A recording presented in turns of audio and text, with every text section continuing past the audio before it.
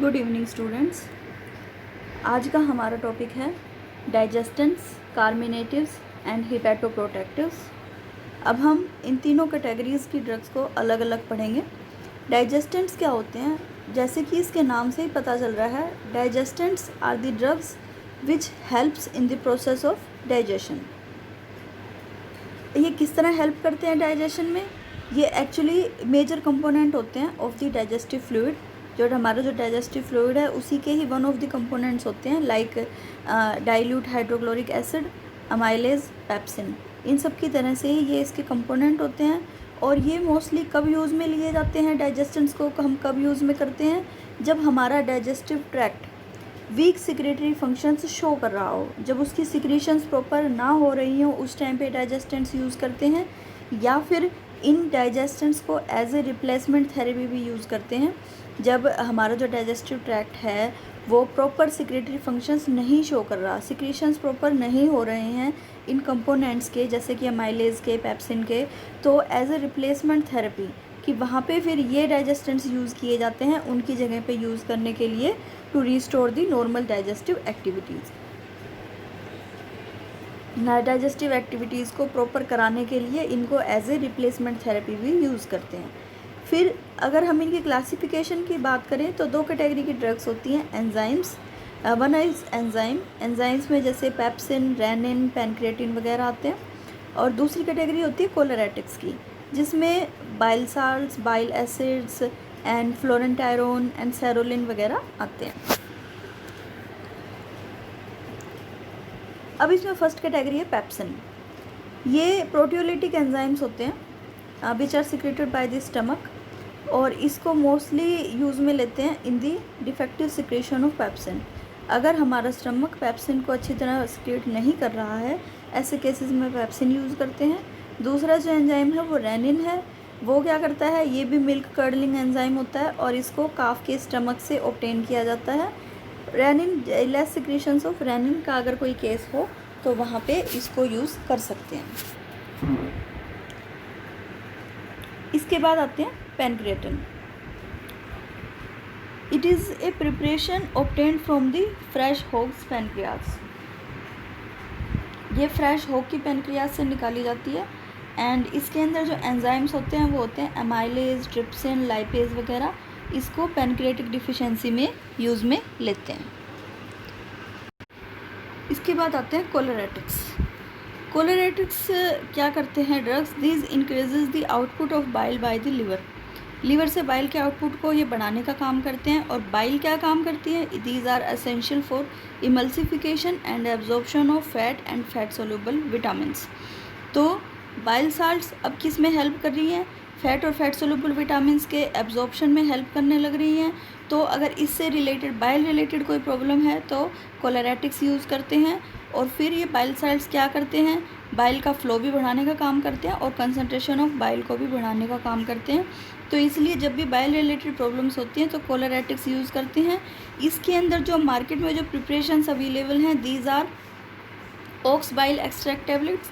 Oxes की biles का extract निकाल के बनाया हुआ है। It is daily dosage 300 milligram oral. And dehydrochloric acid tablets भी यूज़ करते हैं, जिसकी नॉर्मल डोज 500 मिलीग्राम TDS होती है। इसके अलावा सोडियम डिहाइड्रोकोलेट इंजेक्शंस भी देते हैं 25% सॉल्यूशन में, और इसकी नॉर्मल डोज होती है 3 to 5 ml IV इंजेक्शंस देते हैं।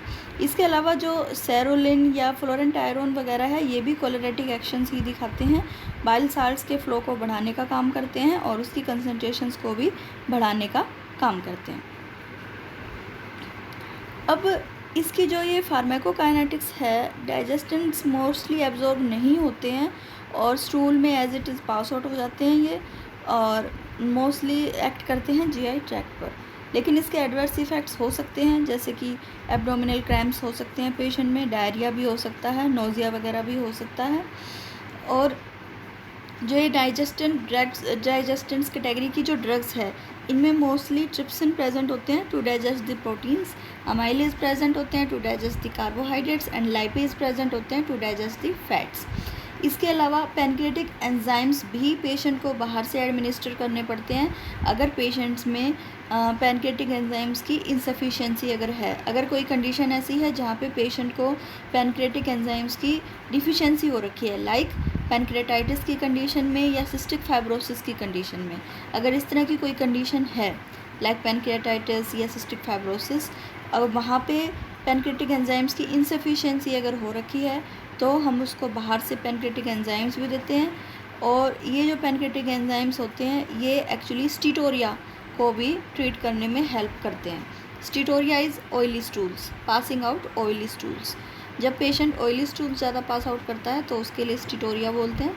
तो इस स्टीटोरिया को ट्रीट करने के लिए भी पैनक्रियाटिक एंजाइम्स बाहर से पेशेंट को एडमिनिस्टर करने पड़ते हैं। इसके अलावा अगर हम आयुर्वेद की बात करें तो आयुर्वेद में काफ़ी ड्रग्स हैं, पाचन कैटेगरी में काफ़ी ड्रग्स बताए हुए हैं जो कि हमारा जो अन्न द्रव्य है उसको पाचन करने का काम करते हैं, जैसे कि पिपली मूल, चित्रक, चव्य, शुंठी, मुस्ता, हिंगू, इस तरह की काफ़ी सारी ड्रग्स बताई हुई हैं जो कि आयुर्वेद में जो हमारे पाचन प्रोसेस है, जो डाइजेस्टिव प्रोसेस है उसको नॉर्मलाइज करने का काम करते हैं। ठीक है, तो ये तो हो गए डाइजेस्टेंट्स। इसके बाद अगली कैटेगरी आती है कार्मिनेटिव ड्रग्स की। अब ये कार्मिनेटिव्स क्या होते हैं? कार्मिनेटिव्स एक्चुअली ऐसे प्रिपरेशंस होती हैं जो कि गैस्ट्रोइंटेस्टिनल ट्रैक्ट के अंदर या तो गैस की फॉर्मेशन होने ही नहीं देती, प्रिवेंट करती हैं, या फिर एक्सपल्शन ऑफ गैस भी करती हैं। दो तरह से काम करेगी, या तो गैस की फॉर्मेशन प्रिवेंट करेंगी या फिर एक्सपल्शन फैसिलिटेट करेंगी उसकी। ठीक है, इसके अलावा इनको कहाँ पे हम कार्मिनेटिव्स को यूज़ कर सकते हैं? हम कार्मिनेटिव्स को फ्लैटुलेंस में यूज़ कर सकते हैं, कॉलिक में यूज़ कर सकते हैं, डिस्पेप्सिया में यूज़ कर सकते हैं, या इंडाइजेशन हो, एनोरेक्सिया हो, या कोई पोस्ट ऑपरेटिव डाइजेस्टिव इंसफिशिएंसी का कोई अगर केस हो तो ऐसी जगह पे कार्मिनेटिव्स को यूज़ किया जा सकता है। अब इसमें कार्मिनेटिव्स में मोस्टली हमारी स्पाइसेस आती हैं जो कि गैस को बाहर निकालने का काम करती हैं, जैसे कि कार्डामम, हमारी इलायची, क्लोव, लवंग, जिंजर, अदरक, एसाफेटिडा, हींग, कोरिएंडर, धनिया, सिनेमन, दालचीनी। ये जो स्पाइसेस हैं नॉर्मली घरों में सबके होते हैं, तो ये जो स्पाइसेस हैं ये एक्चुअली कार्मिनेटिव्स की तरह काम करती हैं। इसके अलावा वोलेटाइल ऑयल्स की टिंक्चर भी यूज़ करते हैं, वो भी हमारे स्पाइसेस से ही बनाए हुए होते हैं, जैसे कि टिंक्चर कार्डामम, इलायची टिंक्चर, इसके अलावा जिंजिवेरिस, अदरक टिंक्चर। इसके अलावा केमिकल प्रिपरेशन भी है डायमिथाइल पॉलीसिलोक्सेन, जो कि it is also used as a carminative drug. तो अब हम अगर इनके एक्शन की बात करें तो इनका मैकेनिज्म ऑफ एक्शन क्या है कि जितने भी अभी मैंने क्या बताया कि जो कार्मिनेटिव्स हैं वो स्पाइसेस होते हैं मोस्टली। तो स्पाइसेस क्या होते हैं? These are just like a bulk of volatile oils. ठीक है, साइट ऑफ वोलेटाइल ऑयल्स। तो इन सब कार्मिनेटिव्स में मोस्टली जो हमारे स्पाइसेस वगैरह हैं या कंडिमेंट्स हैं, इन सब के अंदर वोलेटाइल ऑयल्स भरपूर मात्रा में होते हैं। तो ये वोलेटाइल ऑयल्स क्या करते हैं? स्टमक में जाने के बाद माइल्ड इरिटेशन कोज करते हैं, माइल्ड इरिटेशन। तो इस इरिटेशन की वजह से क्या होता है, जो गैस्ट्रोइंटेस्टिनल मोटिलिटी है वो बढ़ जाती है इस इरिटेशन की वजह से, और गैस्ट्रोइंटेस्टिनल मोटिलिटी बढ़ती है और साथ में वहाँ जो स्फिंक्टर्स प्रेजेंट हैं वो रिलैक्स हो जाते हैं। तो इन दोनों प्रोसेस से क्या होता है?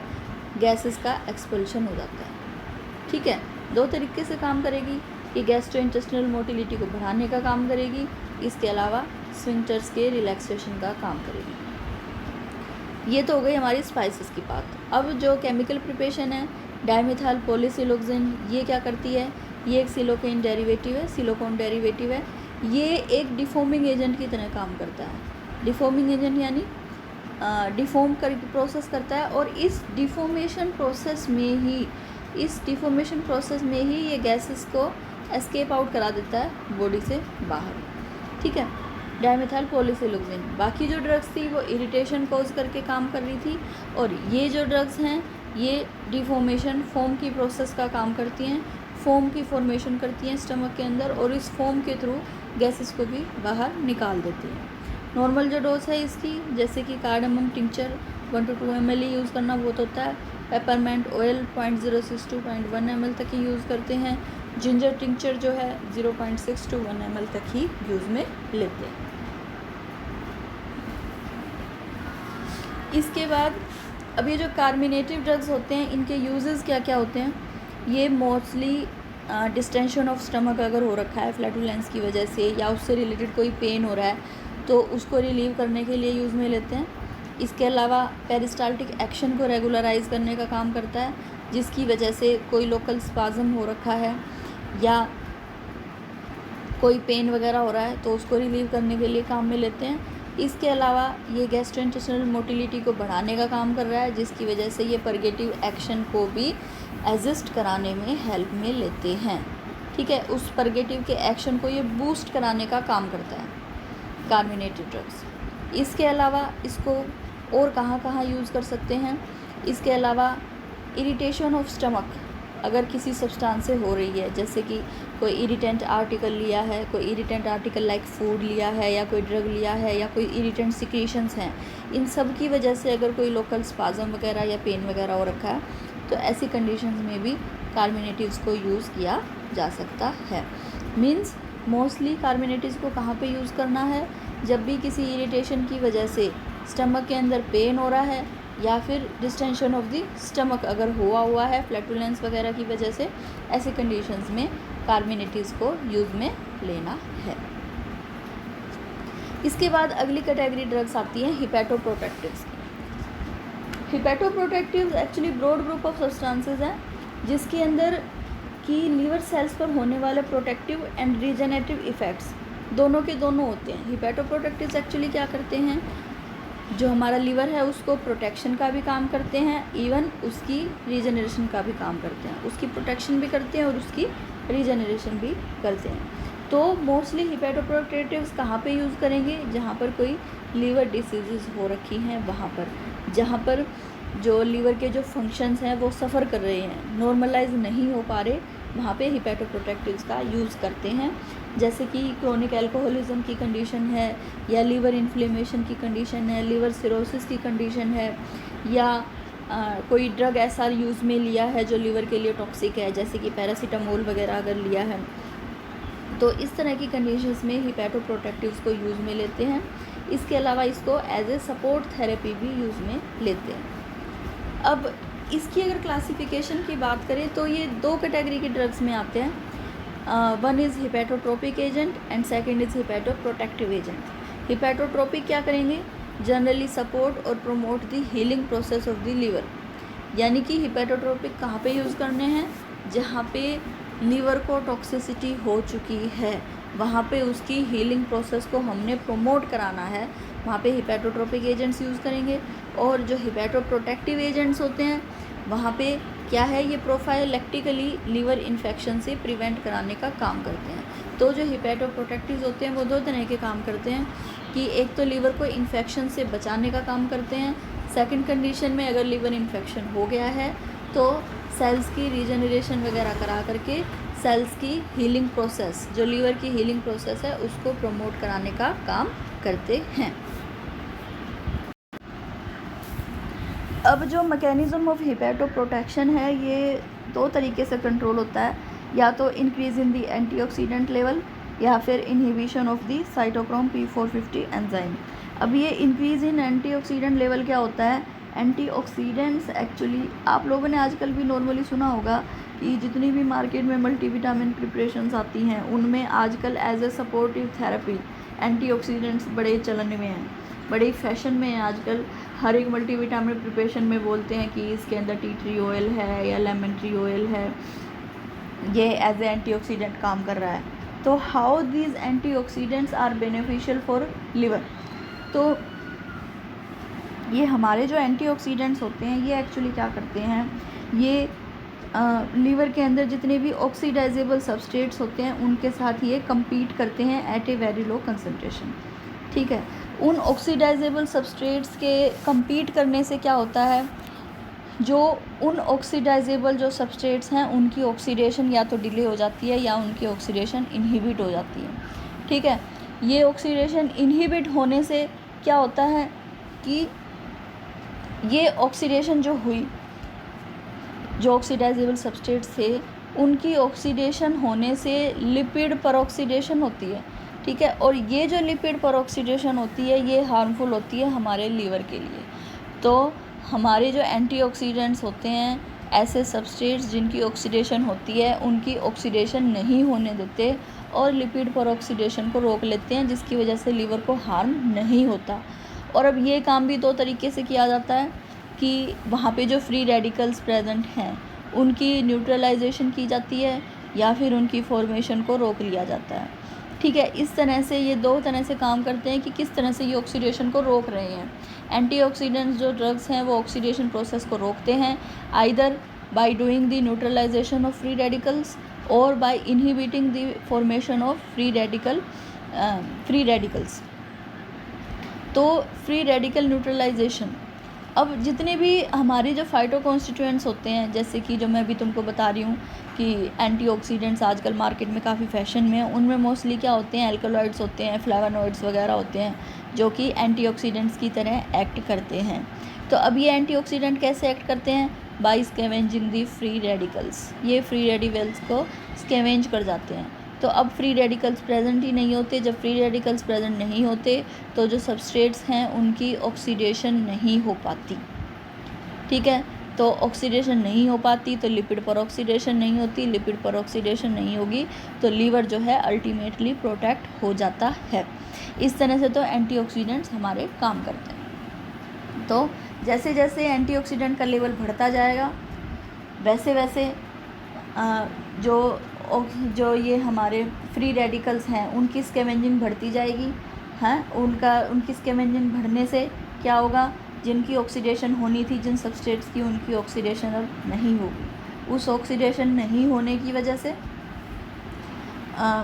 जो लिपिड पर ऑक्सीडेशन होती है जो कि अल्टीमेटली हार्मफुल होती है लीवर के लिए, वो प्रोसेस अब रुक जाएगी।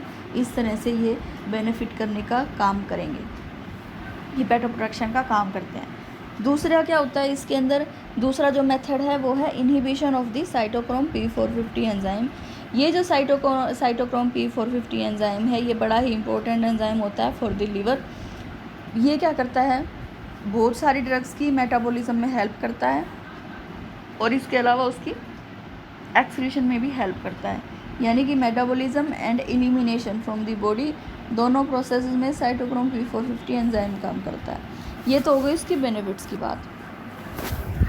लेकिन ये कुछ है केमिकल्स को बायो एक्टिवेट करने का काम भी करता है। ड्रग्स को बायो एक्टिवेट करके क्या होता है, ये वहाँ पे केमिकल रिएक्शन होता है, जिसके बाद केमिकल रिएक्शन के बाद में एक प्रोडक्ट जो बनता है, जो रिएक्टिव प्रोडक्ट बनता है, वो क्या करता है, जो लीवर के जो सेलुलर कॉन्स्टिट्यूएंट्स हैं उनको मॉडिफाई करने का काम करता है और डैमेज कॉज करता है उसके अंदर। ठीक है, इस डैमेज को कॉज, जब ये लीवर सेल्स को अगर डैमेज हो जाएगा तो क्या होगा, लीवर की इन्फ्लेमेशन होनी शुरू हो जाएगी, हिपैटिक डिसऑर्डर्स होने शुरू हो जाएंगे। तो अब क्या करें हम कि इस एंजाइम को ही इनहिबिट कर दो। अगर ये एंजाइम इनहिबिट हो जाए तो हिपैटोसाइट्स को जो डैमेज है वो नहीं हो पाएगा। ठीक है, तो इस तरह से साइटोक्रोम P450 एंजाइम काम करता है।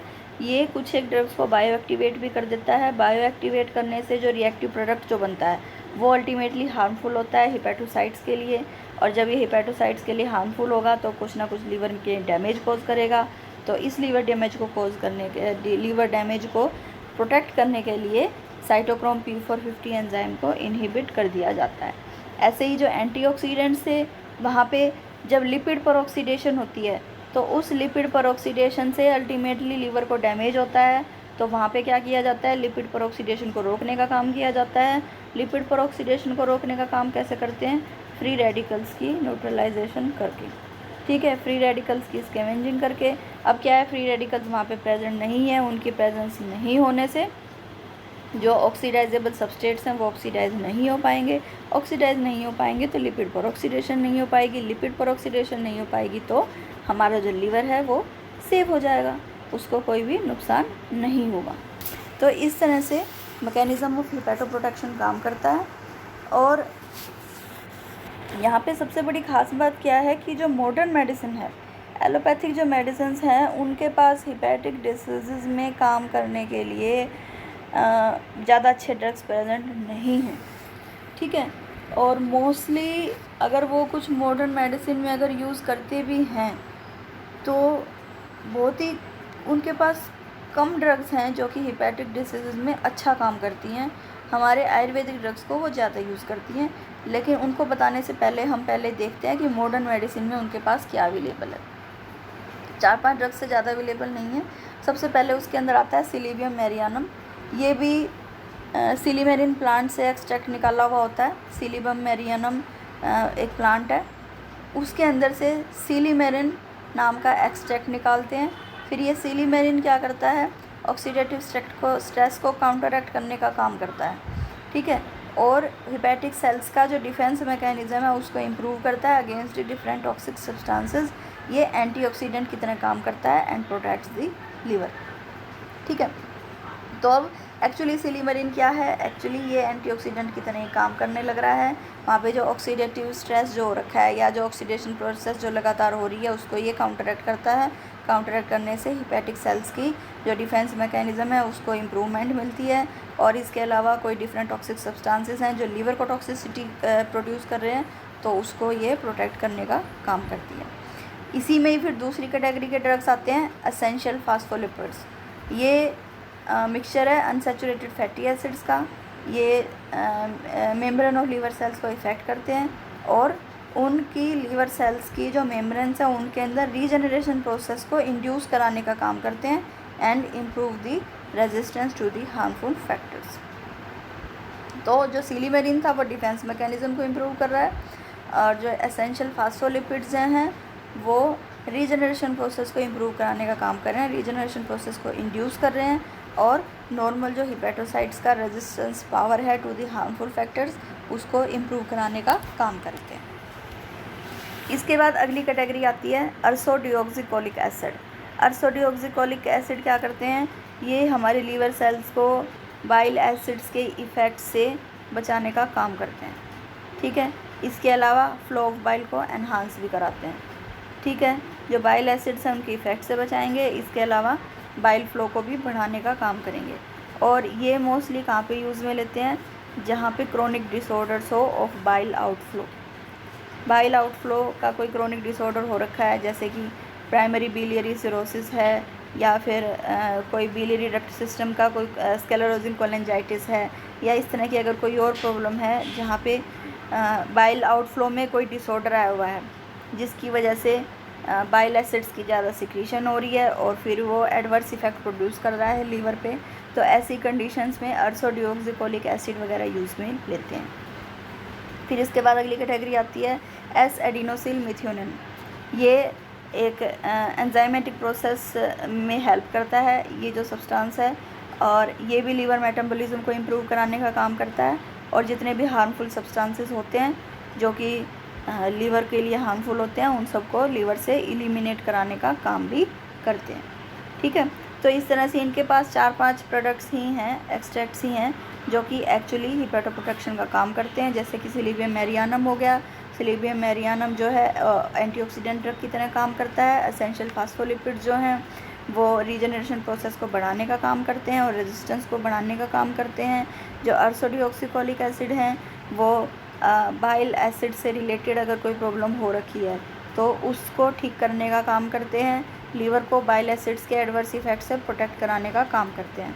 इसके अलावा जो एस एडिनोसिल मिथ्योनिन है ये एक एंजाइम की तरह काम करता है, लीवर मेटाबॉलिज्म को इम्प्रूव कराने का काम करता है और साथ में एलिमिनेशन ऑफ हार्मफुल सब्सटेंसेस को कराने का काम करता है, ठीक है।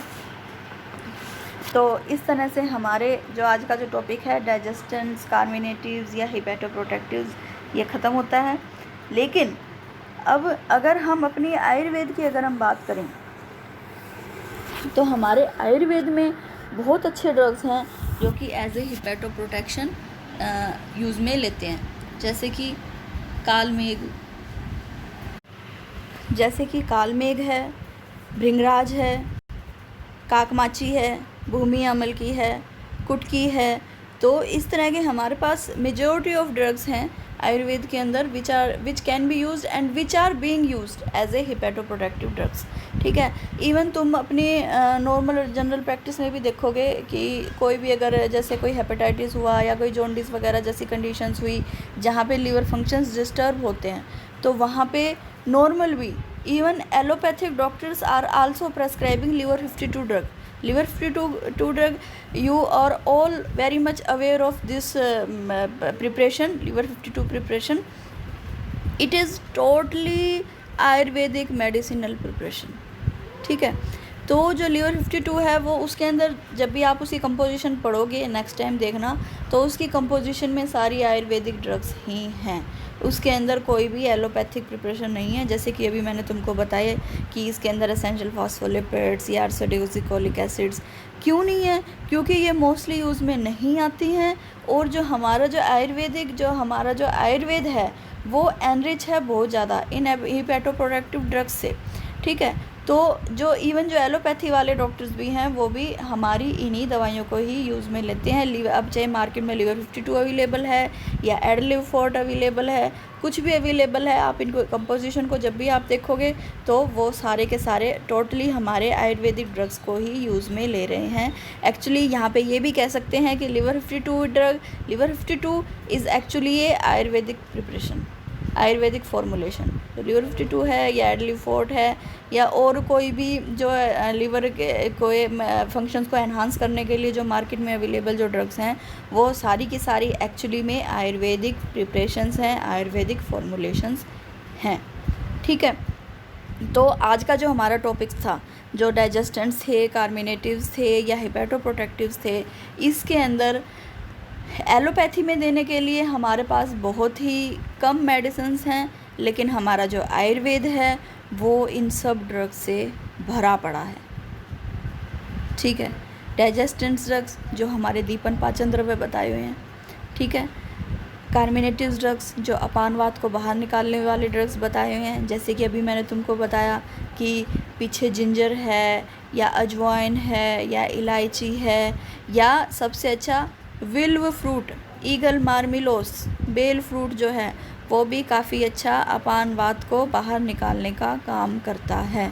ठीक है, इसके अलावा हिपेटोप्रोटेक्टिव्स में मैंने तुमको बता ही दिया कि लीवर डिसऑर्डर्स में लीवर पे काम करने वाले भी काफ़ी अच्छे हमारे ड्रग्स अवेलेबल हैं, जैसे कि कालमेघ है, भृंगराज है या काकमाची है या भूमि अमल की है, ये सब काफ़ी अच्छा काम करते हैं। तो आज का जो हमारा ये जो टॉपिक था इसमें मोस्टली नॉर्मली भी जब हम जनरल प्रैक्टिस करते हैं तो उसमें भी हम लोग यही करते हैं कि इस तरह की जब भी कोई प्रॉब्लम होती है तो मोस्टली हमारी जो आयुर्वेदिक ड्रग्स हैं, these Ayurveda drugs produce much better results in a patient rather than allopathic drugs. ठीक है, तो आज का ये टॉपिक यहीं फिनिश होता है। Thank you very much, thanks for listening to me and please subscribe my channel for listening more lectures. Thank you. Bye.